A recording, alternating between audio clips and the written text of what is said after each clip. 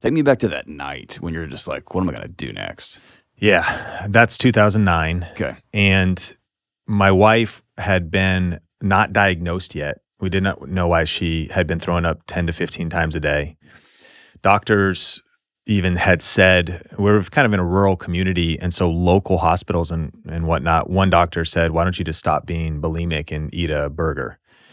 And she's like, I can't control this. That's not what this is about. Eventually, we discovered she has what's called gastroparesis, paralysis of the stomach, slow digestion. But in the meantime, she dropped to 82 pounds and had to have a feeding tube in her nose. Gosh, man. And so then so you're like in real time, you're watching the person you love the most on the planet that you said I do in sickness and in health disappear. Yeah, just get weaker and weaker, more frail. And she was also the primary breadwinner. Mm-hmm. I'm waiting tables trying to grow this video production business, quarter time at the church before it fell apart, just making a few dollars. She believes in that vision, kind of ministry. What are we doing? And so she's working 3 jobs. And she was working at this time a front desk at a hair salon. And she was going in with a feeding tube in her nose. And it also led to her being fired. Yeah. And you would hope that it's that front desk position and whatnot. You'd hope there wouldn't be those types of things in an employment situation, but so eventually that was just to get her stabilized. They installed the feeding tube jejunum, and we went home. All of these medical equipment, we checked it out of the hospital, like the thing that's kind of like an IV drip with the machine that'll drip the food in there, and then boxes with cans of all the liquid that would go into her intestine. And so first night, the whole situation's so heavy, like, is this now the new daily routine, and what is happening? And so we turn on the first time ever of now running this machine with the liquid going into her intestine. And all of a sudden she starts to panic. She's like, Sean, I don't know what's wrong. My body's like on fire. Something's really, really wrong. So we turn it off and we put her into our Honda Civic and rush to. Oh, did they miss? It wasn't going into her intestine. It was going into her body cavity, which will suffocate your organs and kill you quick. Yeah. So she gets stabilized at the ER in Everett, Washington, and then they put her in an ambulance to get her to a better facility in Seattle. So it was dark, Seattle, rainy night, and I was following the ambulance to the hospital. And then once they got her there, to cut her open, to clean out around her organs, a big incision, and we were there for 6 days in recovery. And at that point, I stayed, we had friends, family that stopped by, but I just stayed by her side during that time, sleep in the hospital room. And this, talk about a roller coaster of emotions. Overwhelm and discouragement and, fear, what's going to happen, what are we going to do? And a lot of time to process and pray, but worry, Just worry, yeah. Just worrying and saying that it was very life transformational because it gave me time to think about where are we at. That Big Short was happening, so we were losing our house in the Big Short. Because why not lose your house too, yeah? The church was already falling apart. Right. And I'm thinking about finances, thinking about medical bills. And so... Well, back up real quick, if it's okay. I'm thinking of the time when my wife was an elementary school teacher, and I was trying to make a go of a thing. I carried so much, shame that she was carrying the house. And I think back,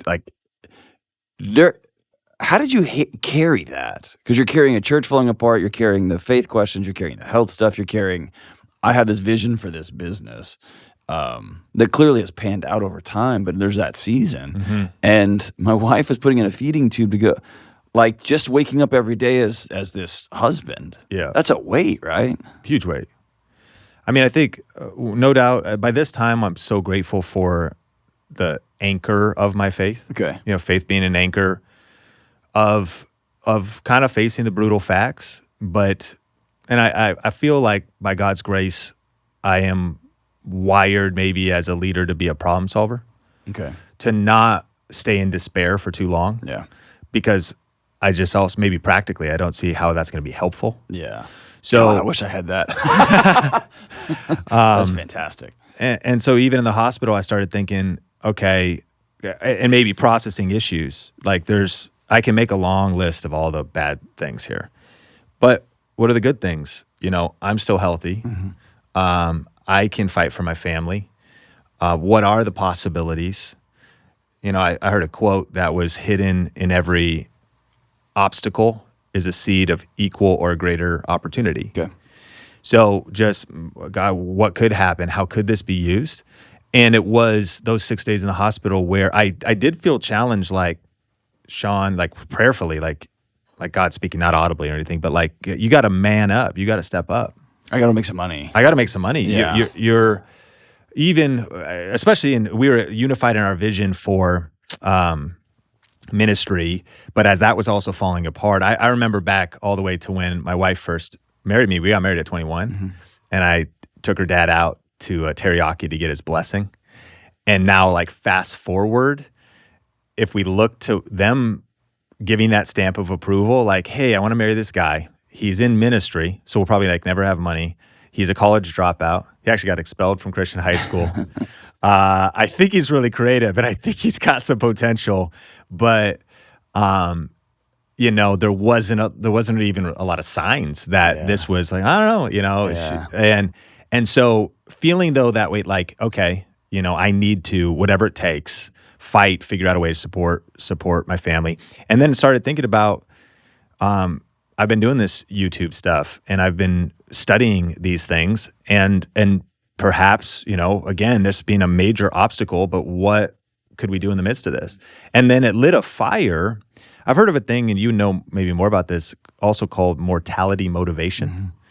And so we were so young to have all this happen compared to maybe most, you know, we're 27 as this is happening. And so to even also see my wife on death's door was very sobering at a young age.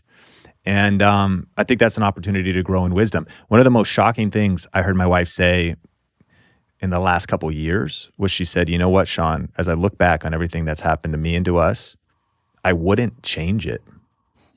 She's still got gastroparesis right now. She's got a gastric stimulator that's connected to her vagus nerve, still dealing with like challenges like today.